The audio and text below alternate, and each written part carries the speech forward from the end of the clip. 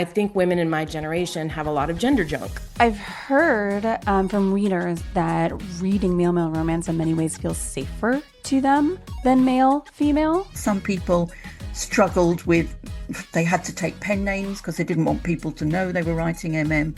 There was a lot of this going on at the beginning, but it's great. It's lovely to see two people as without the gender. When men watch porn and they watch really specific types of porn, we're not asking like why. What is it about that? We know that part of the reason why women's entertainment choices get dissected so much is straight up misogyny. And this is how male-male romance was seen. It was shelved as erotica. It was a sort of a smirky, filthy little secret from the beginning when I saw it growing.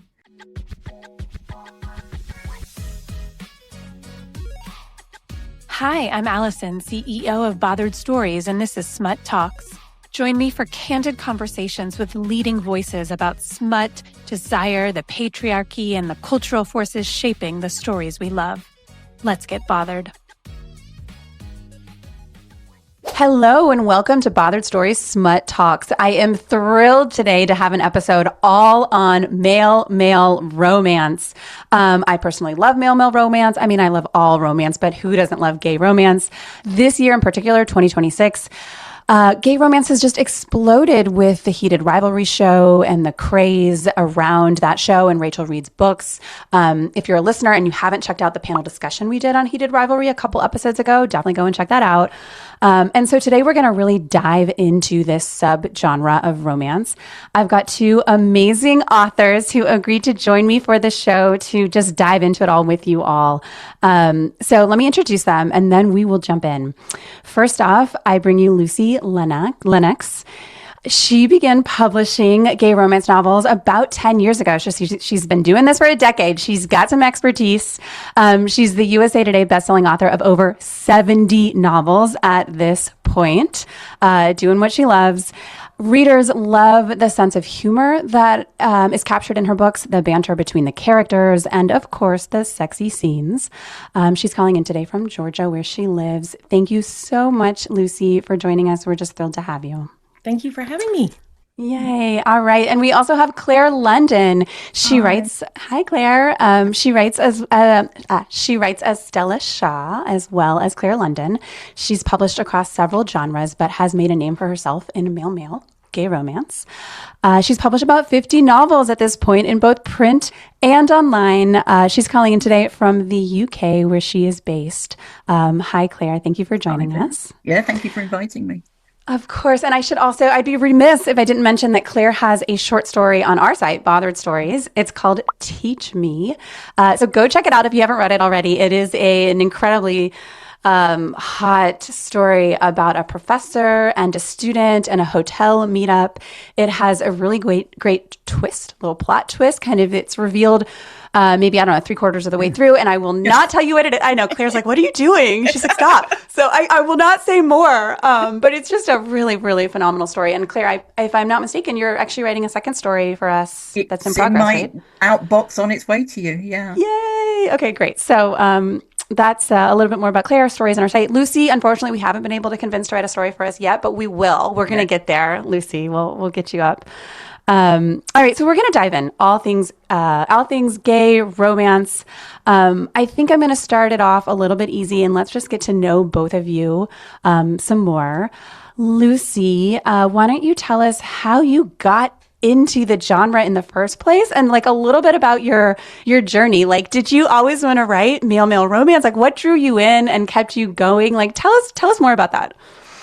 Okay, so 10 years ago, right around now, actually, I love reading Pride and Prejudice variations, and this was in 2016, and I sort of like read them all. You know, I felt like there weren't any more good ones, and I had sort of run out of ones. Now there's so many more than there were then.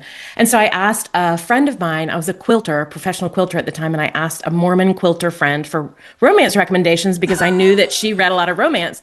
And she gave me a recommendation of 2 books that stood out. One was Boss Man by Vi Keeland, which is MF. And the other was Try by Ella Frank. And she said, it's MM. Is that okay? And I said, I don't know what that means.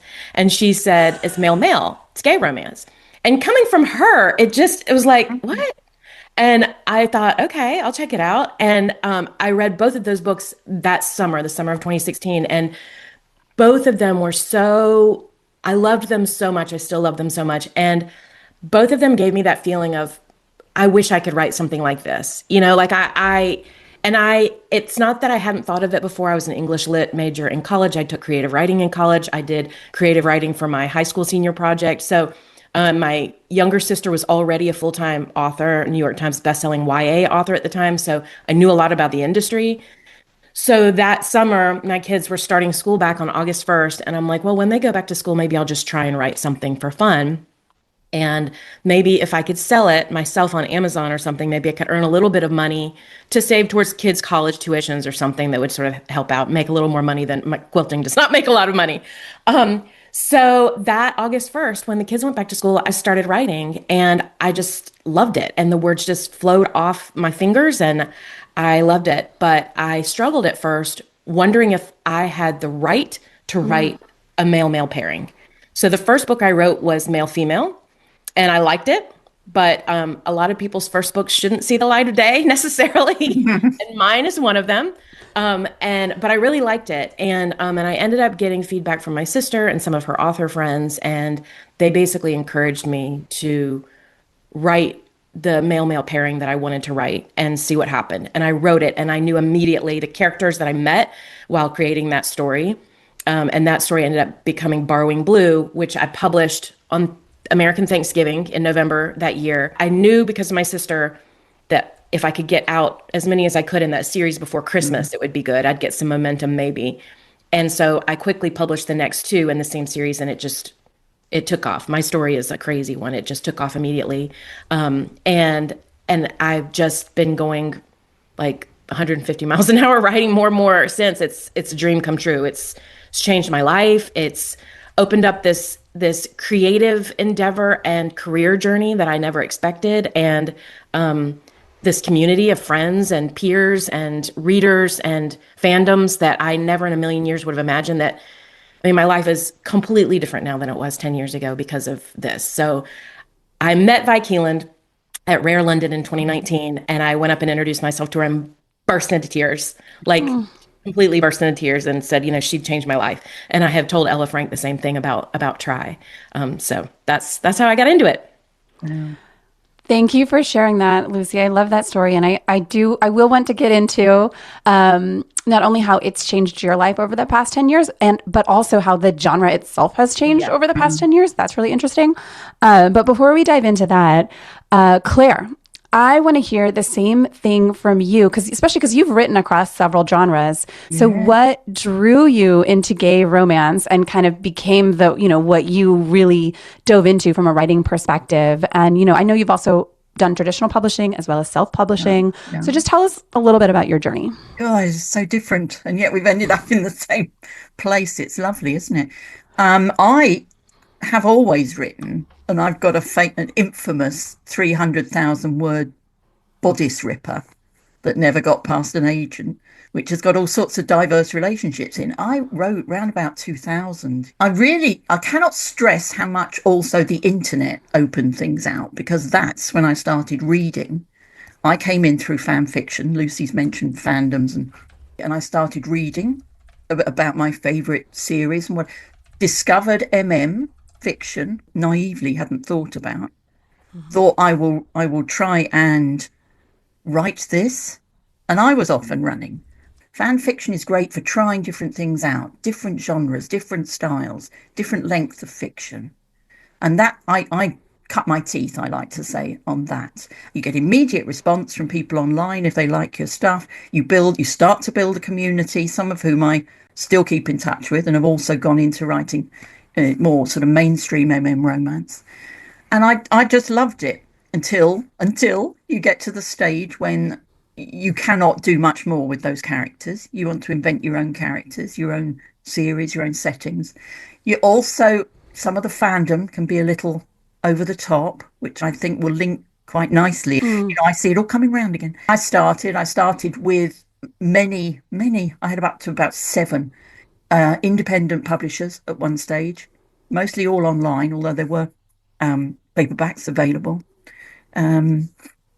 Most of those have gone by now. And then after a while, I thought, no, I can do this on my own. Went into self-publishing probably about 2012, something like that, and started running that parallel. I think what I've loved, again, it's that rise of independent publishing. You didn't have to. I'd done the agency route. I'd done trying to get an agent, trying to get a mainstream. I mean, I have had contracts with Harlequin and such like, but no, the joy of being in charge of your own. And of course, the market has grown with us, hasn't it? The community has grown with us. So it's the joy of keeping up with all those changes and making the most of them all where they fit in with what you like to write and what you like to do. And so here I am, and I'm still going. I'm really proud of hanging on in there. I'm not writing so much nowadays, apart from for bothered stories. But yeah, still love it. I love that. Thank you, Claire. So it sounds like, you've published with several independent publishers along the way and then started publishing yourself. And we can get into that too, because I do think that is part of this question of how has the genre changed over the past 10 years is the rise of self-publishing and what that has enabled for both authors, but also readers that want to see more of certain content. They've been able to have that demand met through what self-publishing has enabled. Okay. Let's see. Where do I want to go from here? I think I did have a question for you, Lucy, as a follow-up question to your intro. You mentioned you started with a male-female story, which perhaps shouldn't have seen the light of day. Then you tried a male-male story, and it just flowed, was what you said. I'm curious to know, are you able to articulate what made it flow and what drew you to this genre? And let's talk about that, and then maybe we can segue that into what readers, especially women, love about the genre. But I want to start with you as an author and writer. Like, why did that flow for you when male female wasn't flowing as well? I think there are a lot of reasons, and I think this is going to resonate with some people. And I think this topic is fascinating. It can be very divisive as well. But for me, one of the things that appeals to me about male-male romance is that when you have the love interests are the same gender, it takes a lot of gender, I call it gender junk, but it takes a lot of gender junk out of the story. Problematic tropes change completely. So I studied women's studies, which it would now be called gender studies. And the only reason I didn't major in it is that my university didn't offer it as a major. So I minored in it, but I was very, very fascinated by it. I studied women in religion. And I think women in my generation have a lot of gender junk. I think that, probably women in every generation have a lot of gender junk. But, and so what I mean by that is we still see, so I'll give you an example of the damsel in distress. For a woman who identifies as a feminist, who doesn't want to be seen as weak, who wants to be fiercely independent and strong, for me to self-insert in a male-female romance as the woman who is the damsel in distress needing the big strong man's protection feels like it potentially tweaks all of my gender junk. So it makes me feel like I shouldn't want to be rescued by a big strong man. I shouldn't want to need protection. I should be strong. I should be able to handle this myself. So identifying and self-inserting in a damsel in distress character is very problematic for me, and I can't allow myself to enjoy it. However, if that same story, and obviously not the same, it's going to be different with two male characters in some ways, but if there is a person in trouble and a protector character, so you have a character who's in trouble and you have a protector character, number one, I can self-insert as either one. The culture around me is not insisting that I self-insert as the one in trouble. I can self-insert as a protector, or I can not self-insert at all because I can choose to say I don't see myself on the page and I prefer to just watch this without self-inserting. Whereas I think with male-female romance, sometimes we feel like we're supposed to self-insert as the female character. And again, everyone is going to feel differently about this. So I can only represent my own feelings. But for my own feelings, a lot of the tropes that I happen to love, hurt, comfort, protector, rescue, a lot of these tropes tweaked that feminism in me in a way that reading two men in some of those same situations was very much a relief. And I can enjoy it without feeling like there's any sexism involved in it.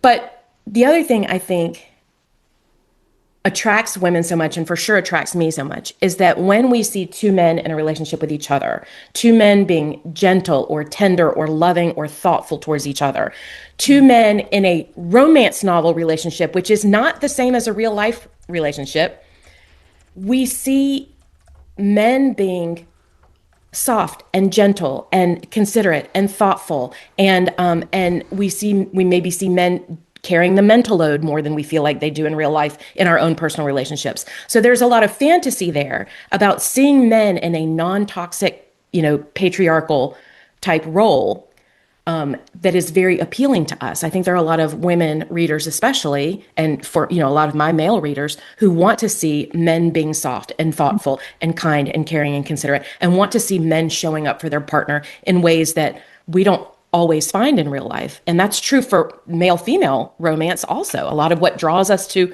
any kind of romance novel is this romanticized relationship that doesn't necessarily exist in our real life. So that's the nutshell. But it is a topic I could talk about for hours on end. Good. For hours, yes. Okay. So just to play that back for you and make sure I'm understanding it. Number one, in male romance, you're spared the patriarchal kind of patriarchal, what you're calling gender junk, but patriarchal norms in a male-female relationship that women, especially those that identify as feminists, are trying to move beyond. We don't want to see ourselves in. So for example, if there's a dominant sub type relationship and the woman is slightly more submissive, or the damsel in distress, like we don't always want to, it doesn't always feel good to read those stories where we're picturing ourselves in that character's role, because it goes against how we see ourselves as a feminist, or it upholds patriarchal norms that we lament. But if you take those same two characters and make them male, it totally changes the premise, the ball game. You can have those types of relationships, and without having any male, female, heteronormative, heterosexual, patriarchal roles, because it no longer is a heteronormative, heterosexual relationship. Yeah, So, and I feel like the heteronormative piece is really important here, because another thing that I think changes for us in our genre of male-male romance is we can start pushing back against a lot of those heteronormative norms, so that the HEA isn't necessarily a proposal. The HEA isn't necessarily kids. Yep. The HEA isn't necessarily I take your last name and we have a joint bank account. It might not even be we end up living in the same place, I mean, I think we as romance authors still have to keep in mind the expectations of the genre for an HEA, but we can push that much more, I feel like, in male-male romance. And it also opens up, because my audience has self-selected a certain way towards being more accepting of LGBTQ relationships, I can also have many more side characters who are gender non-conforming or have different sexuality identities, than a lot of my contemporaries in MF romance. Although a lot of my contemporaries in MF romance are pushing that and introducing a lot more diverse characters now. Hey there, quick break to tell you about something I'm really proud of. Bothered Stories is a home for short, spicy fiction from best-selling authors. Every story is bingeable, 20 to 35 minutes long, no cringe, no filler, just beautifully written, smutty stories for your lunch break, your commute, or the end of a long day. Members get a new story every week, access to the full searchable library, and a newsletter from me, the CEO, every first and third Sunday. And every author on our platform is paid. Your membership invests in writers doing meaningful work and helps destigmatize sex and pleasure. New members get a 2-week free trial, and an annual membership works out to just $5 a month. Head to botheredstories.com, use code SMUTTALKS, SMUTTALKS, for 25% off your annual membership. That's botheredstories.com, code SMUTTALKS. Okay, back to the show. for sure. You are saying that more. Yeah, Claire, go ahead. I think Lucy made that really good point that writing MM, it's not just a case of changing the character's gender. It is a different animal, MM romance, between two men. It's been a joy to investigate that. You've dropped all your stereotypes. You can more or less write what you like according to romance tropes and patterns. But that, for me, is the exciting thing. And I think, has opened it up into a genre of its own, not just it's a romance story, but with two guys. Mm. Yeah, So I feel it strongly. So it's allowed you all more creativity as well, it sounds like, in Yes, how to I write think these so. characters. Yeah. And I would just add, I've heard from readers that reading male romance in many ways feels safer to them than male female. That, like, the word safety, and I think that also speaks to this point that it's less likely to trigger a female reader Yeah. into having some friction with the heteronormative norms that might be portrayed. And so we're not forced to, those triggers aren't kind of forced upon us by the book. And in that way, it can feel kind of almost like a safer space of reading. You've got two new exciting characters to read about. I think if you're trying to insert yourself, or you're assumed you'll insert yourself with the female. So this is Joy, two completely new characters. Okay, great. And I don't want to leave out the second point that you made, Lucy, which I not jotted down here in my notes, is that to see two men, maybe not just in a male-female romance, you have one, but to see two in a gay romance, men that are participating in a romantic, emotional relationship where they are co-creating that relationship together. They're building it. There's communication, there's consent, there's everything built into that novel that you've written. That is aspirational for many of us as readers. We love seeing men like that. We aspire to have more men like that in our lives today. And so there's something really beautiful about getting to read that on the page. Mm-hmm. Okay, great. So in terms of this topic of the appeal of male-male romance to women, is there anything else we've left out? I mean, I remember, Claire, when we were chatting last week, one thing that you struck me with, you're like, well, can we just not forget that it's hot? Yeah, did I say that? Yeah. I mean, it is. It is. People read for entertainment. They read for joy. They read for excitement. There's no right or wrong way to read. And perhaps at the beginning, when I first started, it was quite a novelty. And there was a little bit of, a lot of people were nervous of it. Some people struggled with, they had to take pen names because they didn't want people to know they were writing MM. There was a lot of this going on at the beginning. But it's great. It's lovely to see two people, as without the gender, whatever that Lucy mentioned. It's just Gender great. junk. Yeah, because there's two guys coming from a similar background. I'm not saying the same place they live or education or anything like that, but they're just guys. And I think we love guys, don't we? We love reading about guys. I think it's great that we give them their chance to tell their story, to react in ways we would love them to. Yeah, it's to give them their own story. I think it's hugely empowering for both authors and readers, the whole genre. Exciting and empowering. And it was new, and it's still niche, I would say. But it's fabulous. Yes, and I'm feeling compelled right now to also point out that this question. So there's this question in pop culture that I've heard many times around gay romance, which is, why do so many straight women, or just women in general, like reading gay romance? So meaning there's this urge to dissect it, to examine it. We saw this with the heated rivalry phenomenon. Like, people were going on talk shows and being like, why do so many women like this show about two men? Right. So there's this urge or this desire among critics to examine that, to dissect it, to understand this phenomenon, which I get. I also love examining, dissecting, and analyzing things. But what I'm feeling compelled to say right now is we do not do that same thing we don't always do that same thing when men love something. When men love, whatever, a certain genre, or when people love other genres, murder mystery, historical fiction, whatever it is, we don't say, why do you love murder mystery so much? Explain that to me. Let's go on talk shows and talk about it. Why do you love historical fiction? Like, we really need to write a thesis on that. Like, we don't do that. When men watch porn and they watch really specific types of porn, we're not asking, like, why? What is it about that? Yeah. Violence. We don't ask why men are so attracted to violence No. in entertainment. We don't dissect that. But we know that part of the reason why women's entertainment choices get dissected so much is straight up misogyny. Yes. Women are held to a different standard, and women aren't supposed to like sex out loud. And so if women are sexually attracted to a story about two men, which for straight women, your question about straight women, I have never truly understood this, because if a straight woman is sexually attracted to a man, or to men in general, why wouldn't a straight woman want to read a story about two sexy men?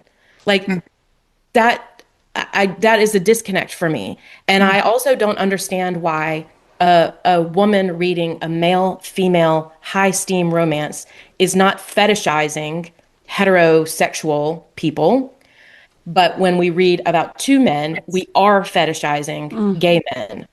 So if if I have many lesbian friends who love gay romance, but they also read straight romance. If my lesbian friend is really turned on by a high steam straight romance with a man and a woman, is she fetishizing the straights? And I know a lot of people say you can't really fetishize a majority, but I feel like the idea that I read gay romance for a sexual fetish is so reductive. It also implies that I'm reading erotica.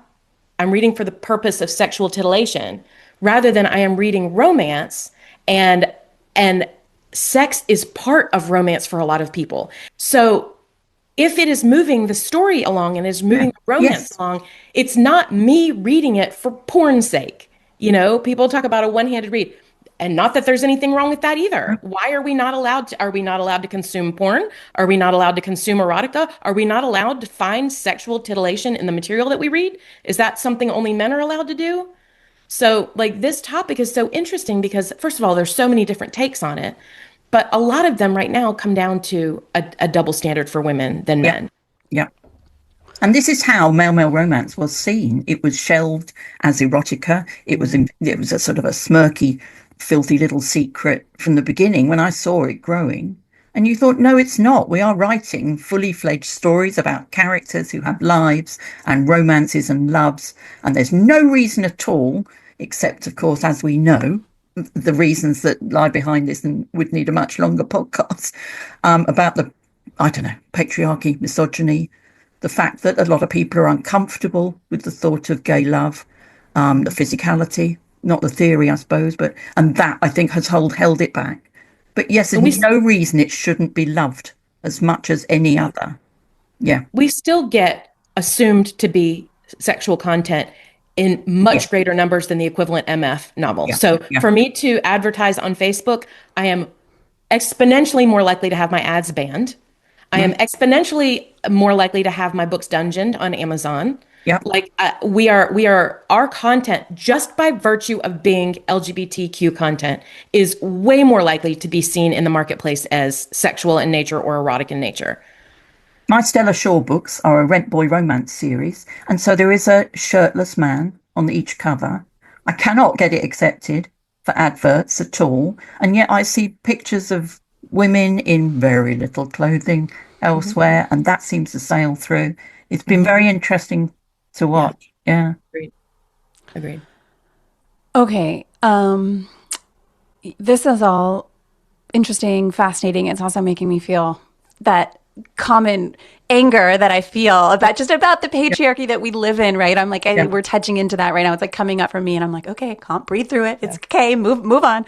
I want to talk, but right now, what we're circling around is how the genre has changed. Claire, you mentioned that when you first started writing, it was featured, like it was sort of, first of all, like way less accepted, but also assumed to be dirtier, put under certain certain categories than it is now. Not considered, I guess, romance, not part of the romance genre. I think romance has been that bridge between the gay fiction that was out there. I'm only talking gay. There were lots of other diverse fiction, and romance. It was bringing them together. We used to say that the romance world brought people from romance, brought people from the LGBT queer world, and also fan fiction writers who were finding a different way into the genre. And it has become a thing in its own right. I think but at the beginning, yes, I knew people who lost their jobs when it was discovered in certain areas of America that they were writing. And they don't have a high opinion of women's ability to read and write books. Romance has always been looked down on as a genre, despite being the highest selling. I mean, it's numbers, it's numbers. I don't understand why people don't see it as a win-win. And That there's still a difficulty, something you guys mentioned about it is still so when I started even only 10 years ago, and I'm sure for Claire it was different even before that, although those were the years I worked in a big bookstore and saw it. Gay romance was shelved on the LGBTQ not in the fiction area at all, No. but studies, like LGBTQ studies, a textbook, like anything like that. They were all together. And literally in the bookstore where I worked, maybe in 2010, it was in the very back corner of the store on the bottom shelf. Like, and I'm not making that up. And that is where my books that I write today would have been shelved had they Yeah. been carried in the store. Now, because of some of Harlequin Avon's books that they've signed, they're just on the regular romance shelves with all of the other books. Yeah. But that's not how our readers, for the most part, shop. They don't want to shop on the romance shelves because they're specifically looking for a male-male pairing. Wow. Yeah, it's And they would different. have to look at all of the hundreds of books on those shelves and try and figure out by looking at the spines which one have male-male pairing. So there still isn't an easy way for our books to be sold in bookstores right now. And so we see the big books, so like Heated Rivalry and Red, White, and Royal Blue, those books are on tables face up where you might be able to see that there are two men on the cover. But for the majority of authors out there, their books are going to be spine out on a shelf in a bookstore. And, people are going to browse through or whatever, pull it out and maybe read a blurb, but it's still really difficult. Just as a strange little side note there, I can remember when Kindle came out, because I was publishing before Kindle, and suddenly nobody would see what you were reading. And that we always felt was a great opportunity for romance. Again, it's usually a shirtless guy compared to a woman in a bra. I don't quite see what the problem is, but it helped people. They would sit on the train reading happily. Well, and I would imagine once so many readers became Kindle readers and then they could search for what they were looking for quite easily, male romance, and get that list, it was so much better for them than visiting a bookstore. And that probably helped the genre, I would imagine, quite a bit. I'm curious to know, Claire, someone that was publishing before e-reading came into being through it and after. You feel so old. No, I'm not trying to age you. You're wise, Claire. You're wise. I'm curious to know, what your experience was of the introduction of digital reading and how that changed this genre. We've been sending things out on PDF through email and that sort of issue. So you didn't have perhaps the tool to send out massive numbers of books and to get a genre out there. So it just made a huge difference, both reading and publishing. I would never have thought of publishing my own and putting it into PDF and then sending it to people individually.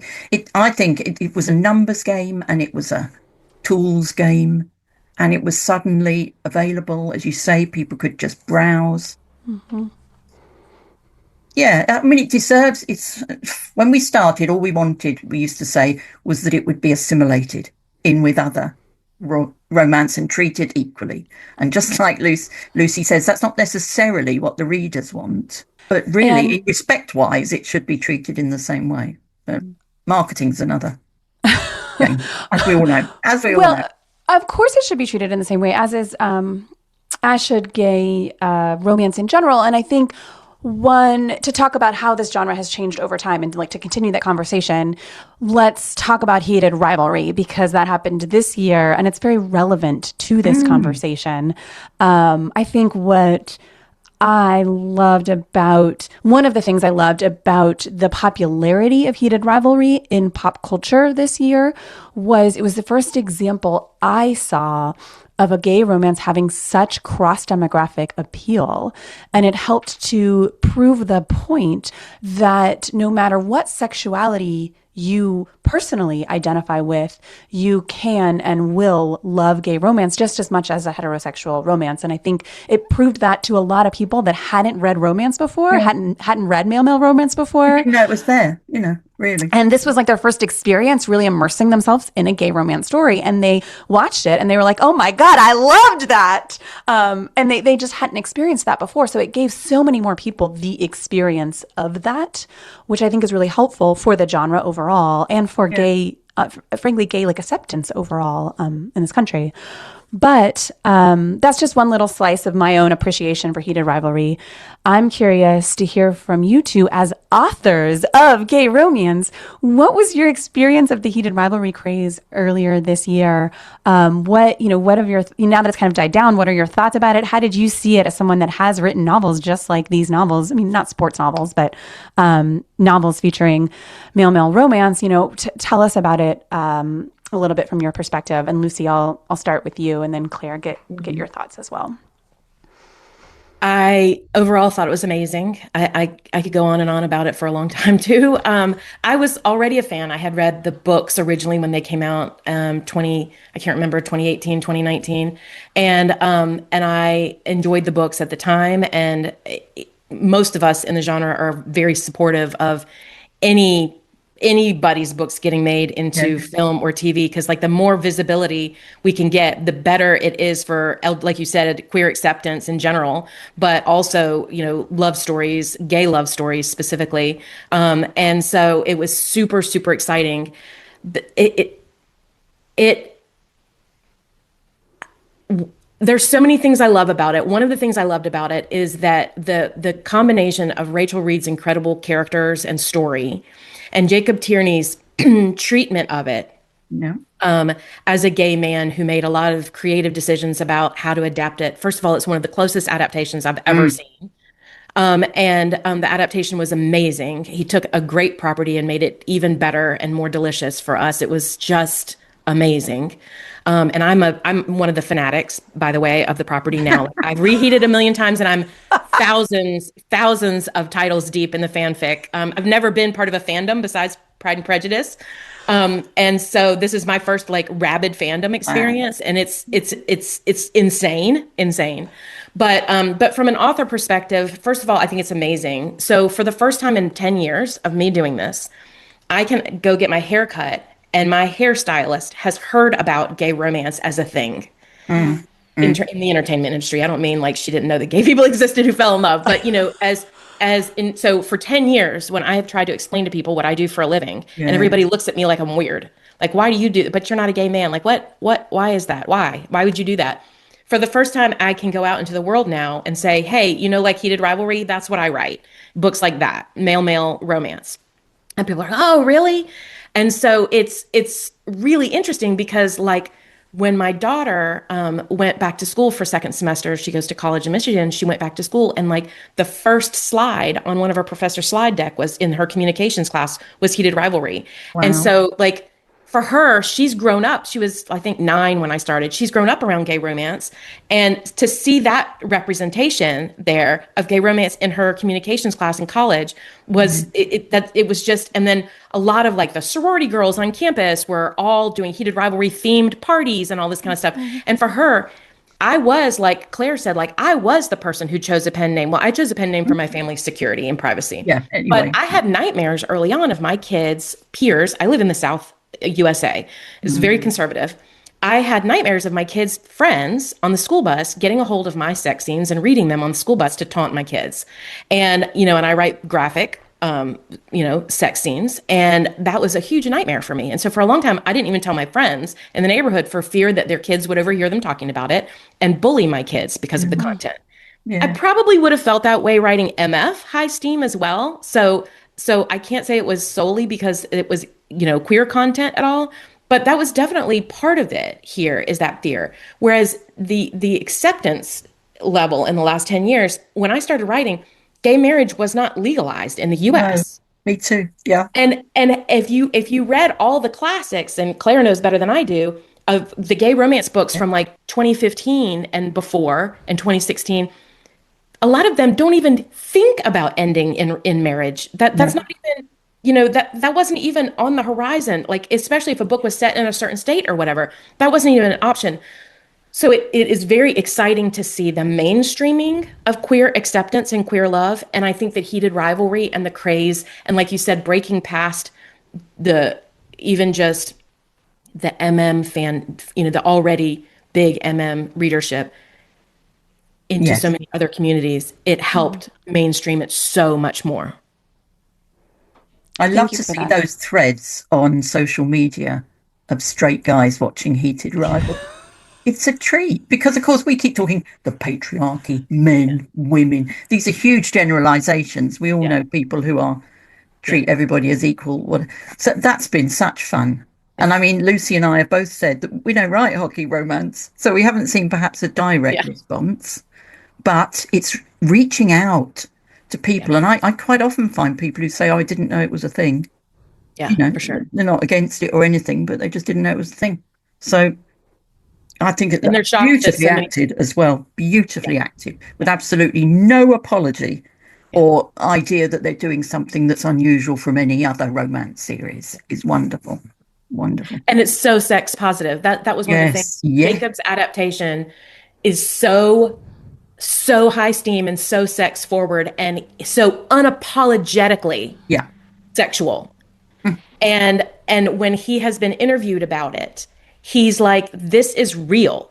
There are so many gay men who start off in a relationship with sex yep, first. yep, And maybe I don't even know your name. And maybe all I know is the taste of your skin or the touch of your body or, all of these things. And the what that is doing to people's expectations is it's making us question the premise of the way we've always looked at things and realizing that there are different ways of starting and gaining momentum in a relationship. And that's why the combination of Rachel's original story and Jacob's treatment of it is such a delight, because there's so many choices he made that are so unapologetically real. yeah, And all of the times that he's been interviewed and that we've sort of found out here and there piecemeal about the pressure to not have sexual content in the show until episode whatever, and him staying strong and saying this is important. yeah. I think so much, what would the fandom, like, what would the reaction have been if it had started off more heteronormative, or more, I don't know. Yeah, we don't know.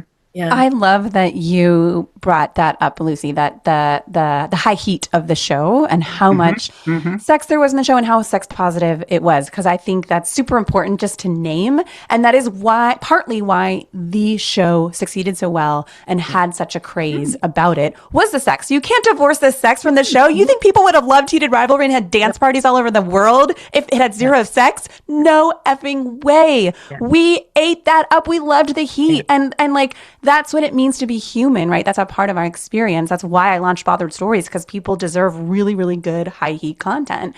Yeah. But I think there's been this norm set in the entertainment industry, specifically, not in romance. Romance novels have beautifully helped us forward a sex positive mindset, but in TV specifically, in movies, which is we cannot show sex on the screen. We can't show real sex on the screen. If we show any sex, it has to be like slow and dark and moody and a certain way, right? Like, and Jacob Tierney just basically said, F that, like, this is what I'm going to do. And people loved it.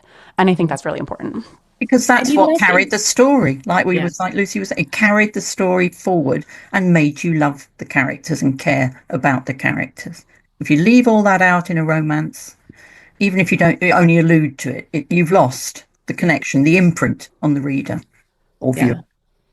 That's why the acting was amazing. A lot of the micro expressions that, like the scene when Ilya at the draft, when Ilya his father is talking to, his GM or coach or whoever's there. And Ilya's trying to like be polite and present and professional while also being called lazy by his father. And all of those micro expressions, and Hudson Williams does them just as well as Connor Story, if not better. Like, they're just so amazing. But Jacob made these decisions too that I think appealed so much to women specifically and romance readers specifically. Yes. And that is the moments that he actually didn't set out to do, where the actors chose to be more tender than Jacob intended. And Jacob made the decision to keep it in. So the stairwell kiss was one of them. That after they have anal sex for the first time, and the way that Shane kisses Ilya's like very forehead and stuff, very sweetly, his brow. Like, there's some moments there where Jacob has said that, that he thought they were too tender, but he chose to keep them in, seeing how how it happened. And those are the moments that we, the fandom, ate up, because that's exactly the kind of tenderness that we want to see men doing towards somebody they care about, because it's exposing their tender underbelly. And we believed it because, they made us believe it because they lived it. They weren't apologetic either. Yeah. Yes. Okay. So, big sigh. Big sigh. So we're all Heated Rivalry fans here. I'm just trying to think, is there anything else about Heated Rivalry that's interesting to dive into from a gay romance on the shelves perspective and the journey of the genre over the past, 10 plus years? in the mainstreamification of male romance. I mean, I'm curious to ask you both, having been writing queer romance now for so long and having seen the Heated Rivalry craze this year, where do you think the genre or this, subgenre of romance is going to go from here? Like, what else do you see changing over the next 10 years? Maybe some of this is aspirational, like your own hopes for the genre. So perhaps my question is, how do you see the genre changing? And also, how do you hope that it changes? What do you want to see? And either of you, I don't know if anyone has Claire, you can start if you have any thoughts that come to mind. I think it's just the next step, and that people can now get out there, and it's wonderful to read, and to be able to easily read men expressing themselves well and romantically and caring. But it has also brought a tsunami of stuff that's not as good. I think it's a two-edged sword, isn't it? Mm-hmm. Interesting. And can you say more about that? Is that just more people trying to capitalize on this trend by writing more gay male romance? I think the people who write good gay romance will continue to, because your heart is in it. Like we're saying, we've loved doing it and we're still loving doing it. And that, I think, shows. But you do see authors struggling to get themselves seen out there, to get their books out there. And over the years, they would say, let's look at our year one authors. And a lot of them would drop away as the years went by, because it wasn't for them anymore, or they chose another route. But it's tough, isn't it, as an author to make a future in it and to get your voice of your characters heard. It's interesting. I actually think I would have answered this question differently before Heated Rivalry, the show, came out. I had answered it differently. I actually thought that the generations that are currently loving romance were going to age up and not necessarily be replaced with the younger readers loving the same kind of romance. I actually think the younger readers were much, much more interested in queer romance. Yeah. And so what do I mean by that? I mean a whole lot more diversity in characters, diversity in gender identity, diversity in sexualities, a lot more fluid, not labeling, a lot more, a lot more exploring identity, all facets of identity, and just be, in general, way, way more queer. The way we see a lot of YA books are, and I'm sure that they're like, again, Claire, this is sort of like, you're like, we sort of have to speak in generalities, even though we know there are a million exceptions, But so when I see my kids, for instance, my kids see male romance as still very putting people in boxes, expected boxes, and I feel like it's even now when you look at some of the younger authors in our writing in our genre, a lot of them, not all of them, but a lot of them are writing more queer characters, more queer, like more trans characters, non-binary. And whereas when I write a non-binary character, people think it's a typo when I say they, them, because my readership is a little bit older and just has less exposure in general. And so I would have thought that the way we know it now, is actually going to die out, and that I think it'll be around long enough for me to have my full career with it. But I thought it was going to die out. The Heated Rivalry craze, however, has completely changed the way that I see that, because I think when I was looking at it before, I was seeing the younger generations who are already open to queer identities, who are already experiencing queer identities and exploring that in themselves and their friends.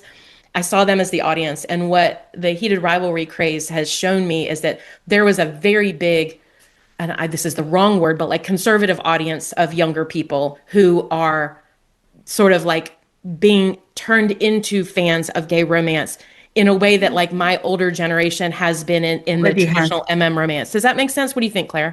Yeah, I think it is. It's opening it up. They're just behind the tide. Yeah. So I think it will continue developing that's been the joy of it, actually, of sticking on in there. I have seen so many changes grow. Yeah. So it's going to develop, won't necessarily die out. I don't think it would become another. I just think it'll become more like queer romance rather than romance, and be more. But all those people, all those people I know who say I didn't know it existed. Yeah, it will get them in now, and so we're looking at a second wave of fans, I would hope. And I've learned so much in doing this, and Claire, you probably have the same experience, that language changes. And Yeah. the language that we use in LGBTQ topics and issues and identities and spaces has changed. And so I didn't used to use the term queer, for instance, with No, comfort for me, because that it's still still, carried such an icky it slur still does. feeling. Yeah. Yeah. Yeah. And so for a lot of people, it still does. And for some people, some people like the term queer because it's very an umbrella Yeah. term, you know.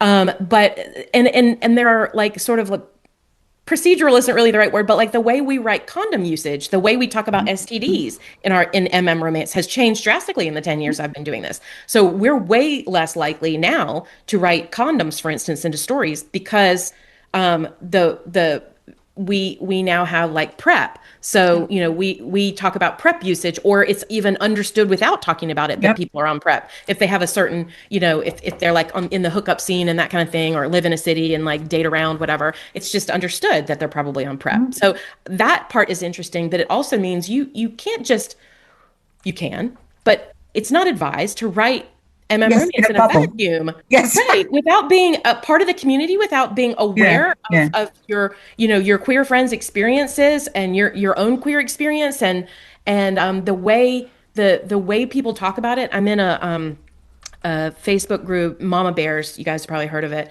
And there are some subgroups for moms of queer kids that I'm in, and the language that we use for transgender people, but kids, has changed just in the Yeah. 4 years that I've been in that group.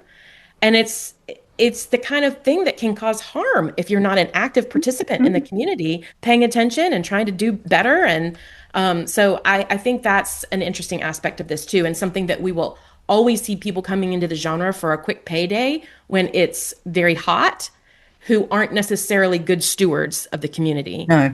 And I think you probably find that in a lot of Yeah. genres and communities. It's a complete change in many ways, or a development of sensitivities, and I mean that in a way, I find that exciting to be in amongst that and to see Mhm. developments and to Mhm. understand people's attitudes to the words you use, and Yeah. yeah, but Well, yeah, and I one of the many reasons I love romance is that it actually is a gauge for our culture at large, cultural trends, movements, cultural movements. yeah, Romance closely follows culture in general and changes quickly with it, faster than other genres, faster than other things.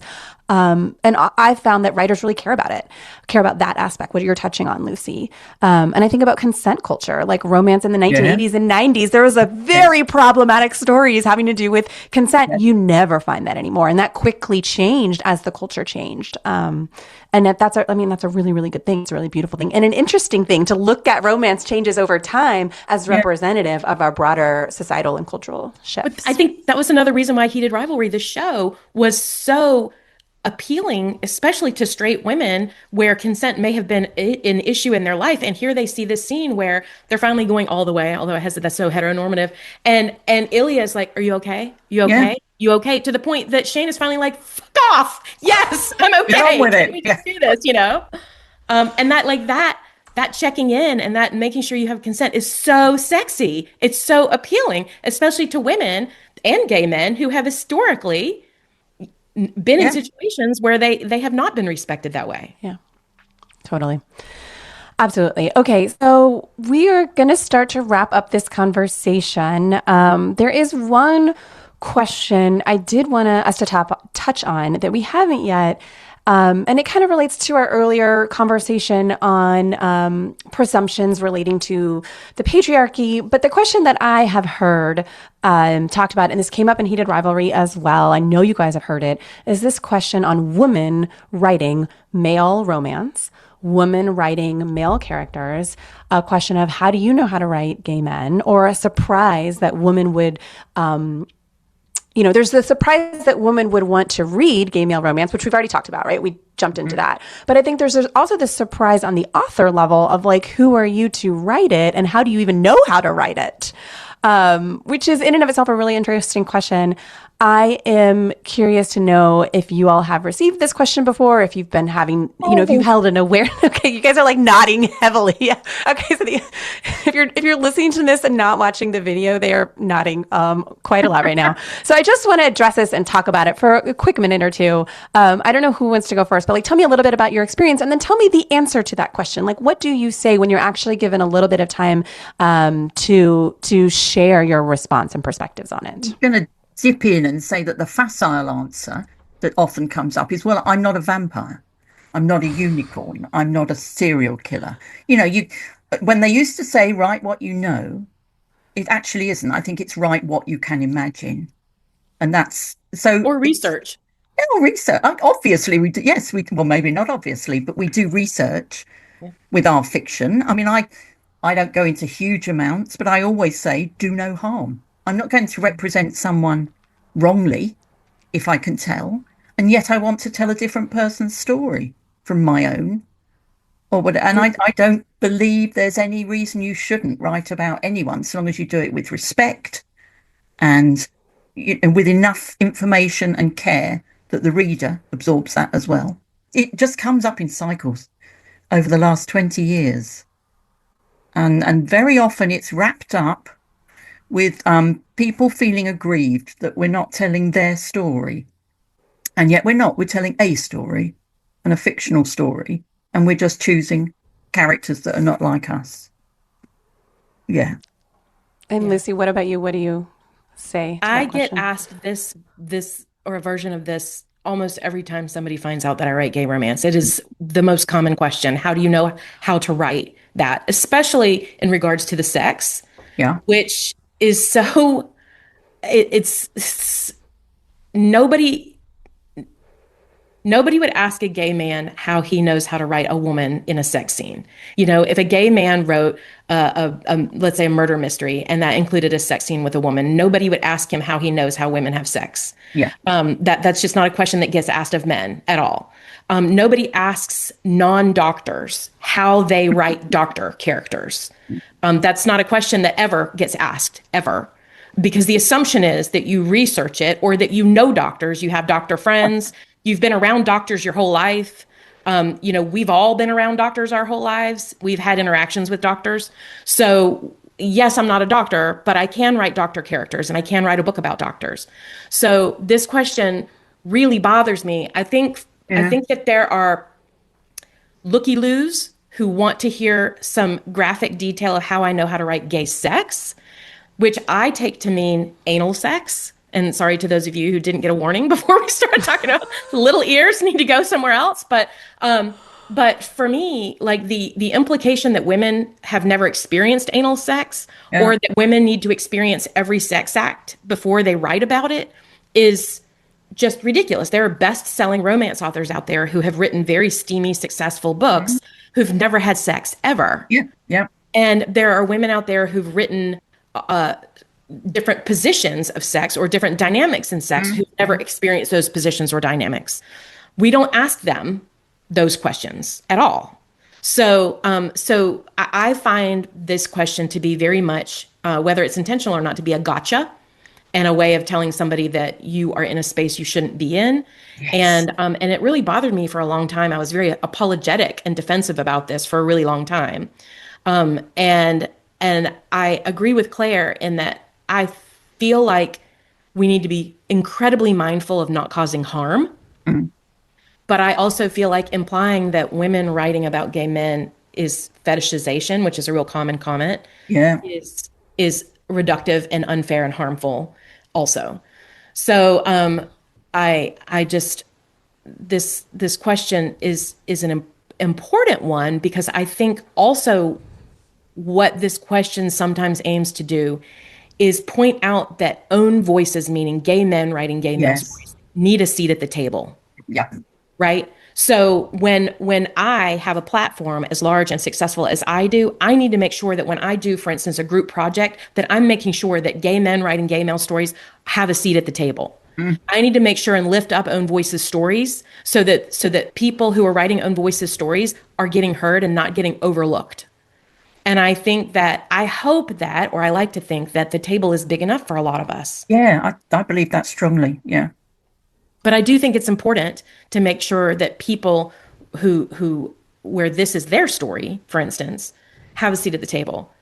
However, one part of that is that they're not actually writing their story either. They are still writing a fictional romance novel that is not meant to be reality. And I think there are some gay men out there who are really upset about this topic and really wish women weren't writing it at all because women don't write it realistically. And I think that's a huge disconnect for me because the idea that a romance novel is supposed to be realistic is I'm questioning the premise because that's not really, in my mind, what romance novels are about. Romance novels, all of them, no matter what pairing you have, are fantasy like. We're writing our fantasy because, like, and I'm going to keep from giving one of my graphic examples of like, there are certain things that we don't see, certain scenes we don't see in a male-female romance story because they're like, we don't want to see that in a romance novel. Yes, that might be realistic, but we don't want to see it.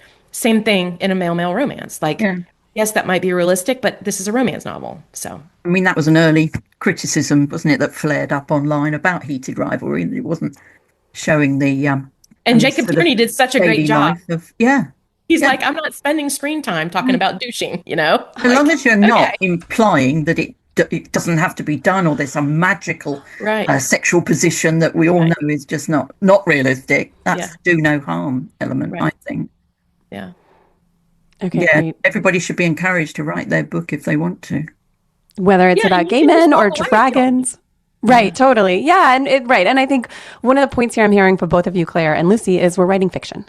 Yes. And we meaning everybody in society has a long history of writing fiction, whether it's dragons, vampires, historical fiction, gay men. And we don't question it when someone writes a story about fairies and dragons of like, who gave you the right to write that? Like, how do you even know how to write that? We don't question that. And yet you all, as authors of gay male fiction, get this question all the time. So there's some sort of double standard going on here for sure. For sure. Okay, great. Thank you all so much for your time. I am going to actually wrap up this conversation now. I said I was going to, and then I asked you that question, which was, I'm so glad I asked you that question, by the way. How can you write gay men? How dare you write gay men? I'm really glad we got that. Yeah.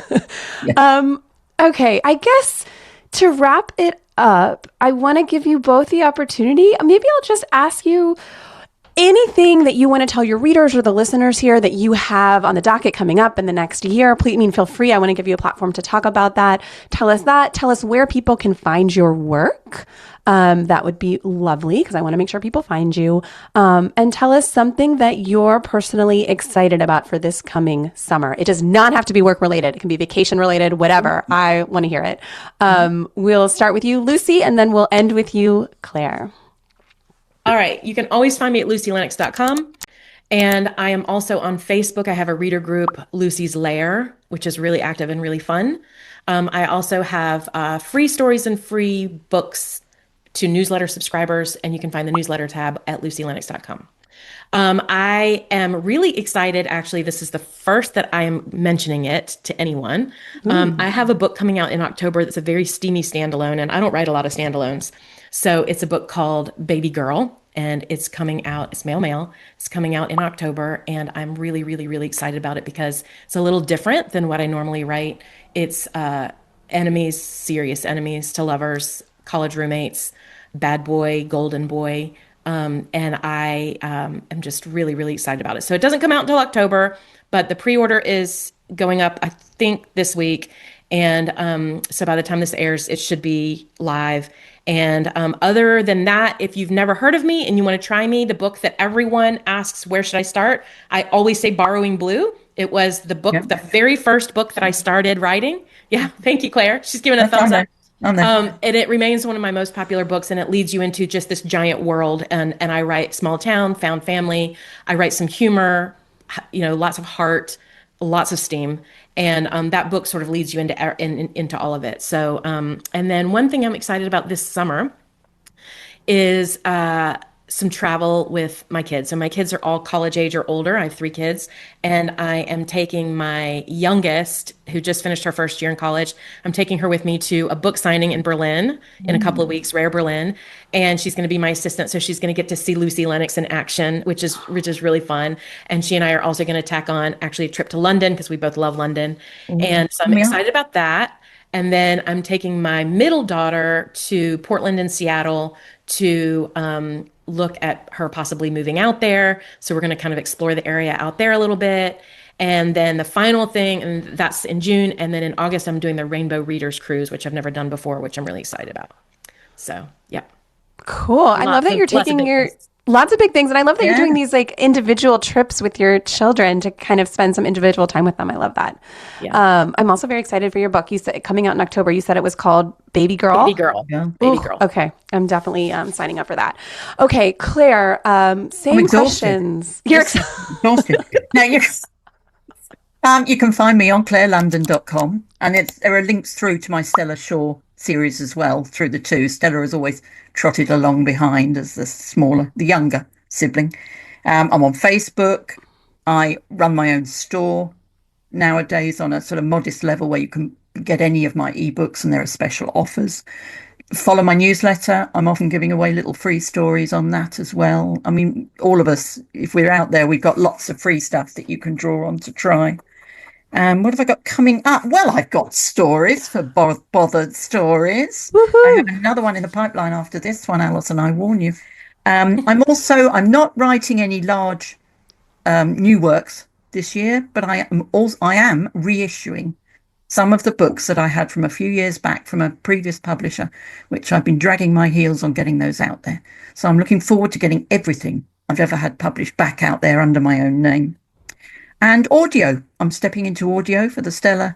You heard it here first. For the Stella titles, which I'm very excited. It's all set in London in Earl's Court, which is, my stomping ground. And the guys in it, it's a lovely found family feel to it, and quite sexy. I wouldn't say I've done everything from rom-com to horror. So what I have on my website is a little thing that says, if you like. So you can go down to if you like rom-com, if you like paranormal, if you like horror. So just go and browse, try it out. I haven't got many more trips. I've just got back off a cruise this year. But my first granddaughter, has just turned 1, and we're just waiting for her to walk. Oh. All right, that's it. Last weekend, she discovered she can go up the stairs. So it's just waiting. I spent the whole of the weekend on the stairs, on my knees, following her up and down. So it's just things like that, really, settling the family. I have 2 grown-up sons. Oh, signings, though. Like Lucy says, last year I did some signings. I've got 6 lined up for this year, because that is just such a buzz, meeting readers, isn't it, in real life? And I've got Rare for the following year, so I might see you there. I might see you there. It's just... Yeah, I've got Chicago next week. Yeah, Wild Wendy. It's great. And there's so many more opportunities now that embrace MM romance. Let's bring it back around. And that's something that's changed. I've noticed That has changed. Just in the last 3 years, the number of people who come up and say they've at least read an MM romance. I did Wild and Windy in Phoenix recently. That was the first show that I've done with MF readers primarily, where nobody gave me an oddball look when I said I write gay romance. That was the first time I'd ever had everyone be super accepting and welcoming. I mean, they're always great, but you usually get a few maybe older ladies who kind of look at you funny and don't want you to sign their show book or whatever. And that was the first time. There's none of that.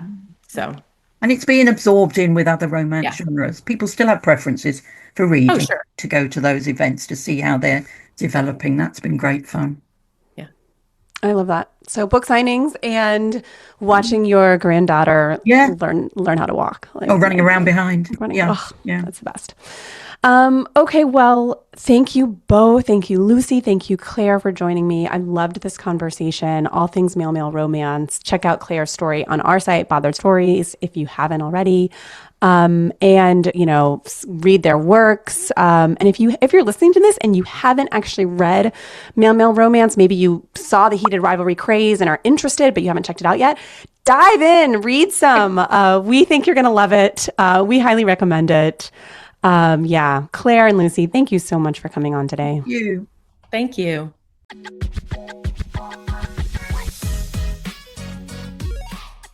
Thank you for listening to Bothered Stories Smut Talks. Make sure to follow or subscribe so you can keep tuning in as we drop new episodes. And if you liked this, go to botheredstories.com and sign up. We've got beautifully written, hot as hell stories waiting just for you. Thanks for getting bothered with us.